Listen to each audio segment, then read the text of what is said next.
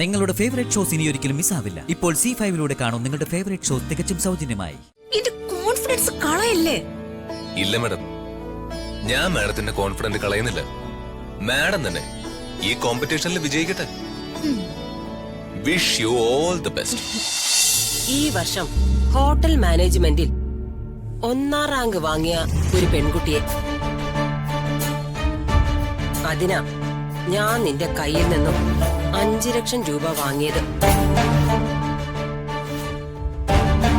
അംബികയ്ക്ക് 1 രൂപ നഷ്ടപ്പെട്ടാൽ അത് തിരിച്ചു പിടിക്കാനും അറിയാം.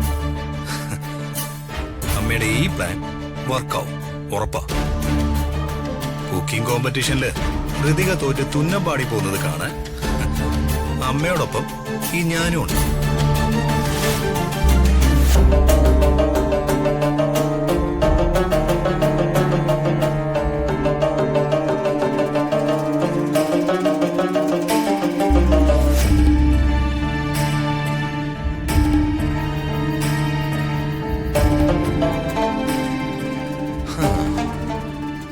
ഋതിക മാഡം,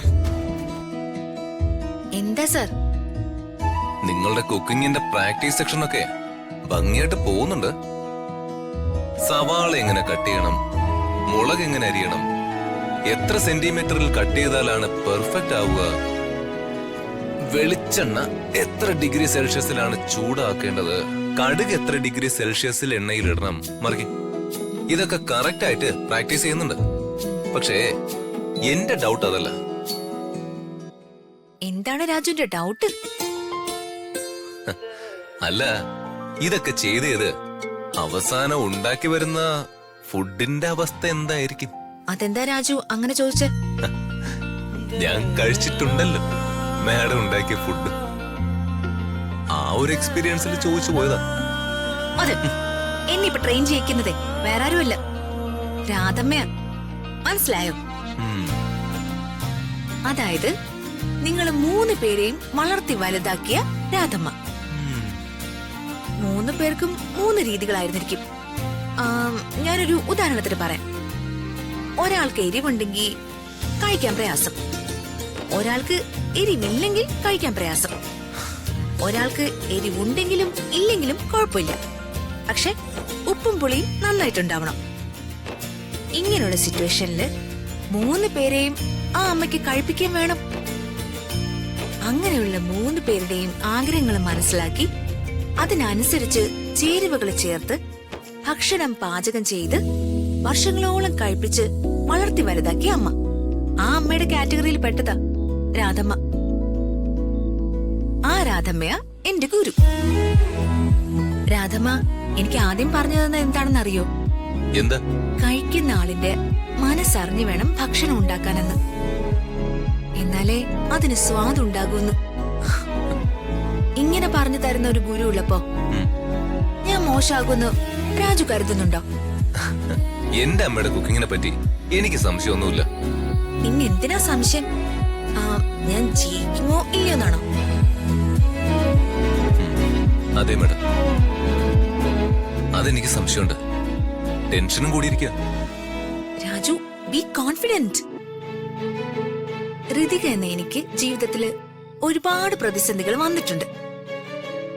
അതില് നല്ലൊരു ശതമാനവും ഞാൻ തരണം ചെയ്തിട്ടുണ്ട്. പിന്നെ ചില അബദ്ധങ്ങളും പറ്റിയിട്ടുണ്ട്.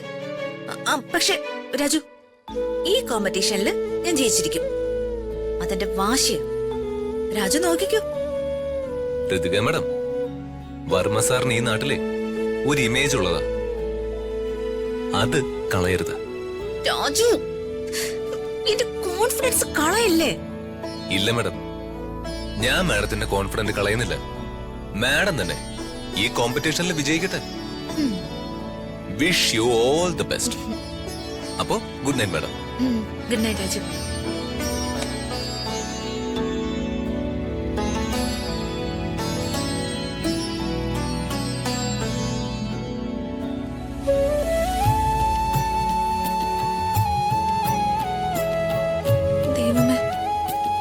വെറുതെ എന്നെ ടെൻഷൻ ആക്കുകയാണല്ലോ. ഇനി ഞാൻ തോറ്റുപോവോ? ഇല്ല, ഞാൻ ജയിക്കും. എനിക്ക് ജയിക്കണം.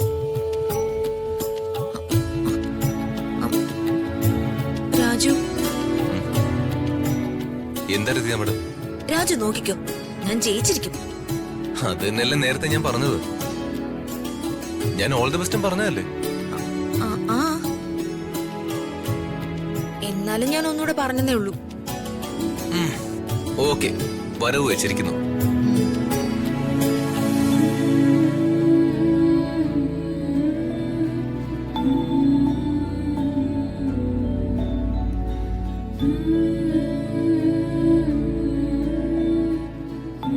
ദൈവമേ, ഋതിക മാഡം ഈ കോമ്പറ്റീഷനിൽ ജയിക്കണേ. മാഡം ഈ ജയം ഒരുപാട് ആഗ്രഹിക്കുന്നുണ്ട്. മാഡത്തിന്റെ ഈ ആഗ്രഹം സഫലമാക്കി കൊടുക്കണേ.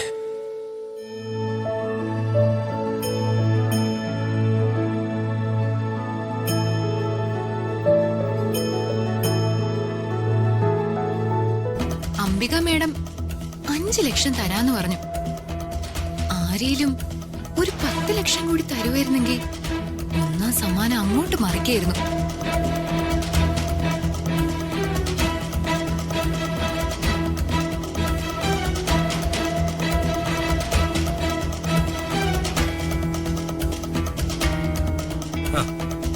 എന്താണ് സെക്രട്ടറി മാഡം, വലിയ കണക്ക് കൂട്ടലാണെന്ന് തോന്നുന്നു. ഞാൻ ശ്രദ്ധിച്ചില്ല കേട്ടോ, കോമ്പറ്റീഷന്റെ തിരക്കിലായിപ്പോയി. അറേഞ്ച്മെന്റ്സിനൊന്നും ഒരു കുറവും വരാൻ പാടില്ലല്ലോ ദീപക് സാറേ. അത് ശരിയാ, ഒരു കുറവും വരരുത് കേട്ടോ. കാശുണ്ടാക്കാൻ ഒരു അവസരം കിട്ടിയെന്ന് കരുതി മൊത്തത്തിലങ്ങ് വിഴുങ്ങാന്ന് കരുതണ്ട. അവസാനേ ശ്വാസം മുട്ടും. ഈ സാറിന്റെ ഒരു തമാശ. ഞാൻ തമാശയായിട്ട് പറഞ്ഞല്ല, വളരെ സീരിയസ് ആയിട്ട് പറഞ്ഞ. അതല്ല, സാറെന്താ ഉദ്ദേശിക്കുന്നതെന്ന് എനിക്ക് മനസ്സിലായില്ലെന്നാ പറഞ്ഞേ. ശില്പയെ ജയിപ്പിക്കാനായി 5 ലക്ഷം ഞങ്ങൾ തന്നതുപോലെ 25 ലക്ഷം സമ്മാനത്തുകയുള്ള മത്സരത്തിന് കൂടുതൽ ഓഫറുമായി പലരും നിങ്ങളെ സമീപിച്ചെന്നിരിക്കും. അങ്ങനെ എന്തെങ്കിലും പ്രലോഭനങ്ങൾ വീണ് ഞങ്ങളെങ്ങനെ പറ്റിക്കാൻ ശ്രമിച്ച യൂൺസ് ക്ലബിന്റെ സെക്രട്ടറിയുടെ കാല് രണ്ടും തല്ലി ഓടിച്ച് ഈ ക്ലബിനെ തീയും വെക്കും ഞാൻ. മനസ്സിലായോ? ദീപക് സാറേ, ഞാൻ നിങ്ങളുടെ സൈഡാ. ശില്പ എങ്ങനെ ജയിപ്പിക്കണോന്ന് ആലോചനയിലായിരുന്നു ഞാൻ, സത്യം. ശില്പമോളെ ധൈര്യമായിട്ടിരിക്കും, ഒക്കെ ഞാൻ നോക്കിക്കോളാം. ദീപക്കിനും എനിക്കും ആന്റി ചതിച്ചാലോന്ന് ഒരു സംശയം. അതാ ഞങ്ങൾ രണ്ടും നേരിട്ട് കാണാൻ വേണ്ടി ഇവിടെ വന്നത്. ഇപ്പൊ ഞങ്ങൾക്ക് ക്ലിയറായി, ഇനി കുഴപ്പമില്ല. സെക്രട്ടറിക്കെല്ലാം മനസ്സിലായല്ലോ. ആ, മനസ്സിലായി.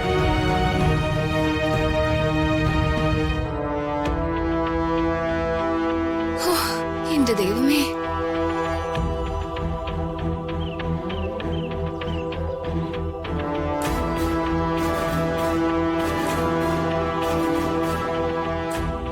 ശരി ചേട്ടാ, കാർ റെഡിയില്ലേ?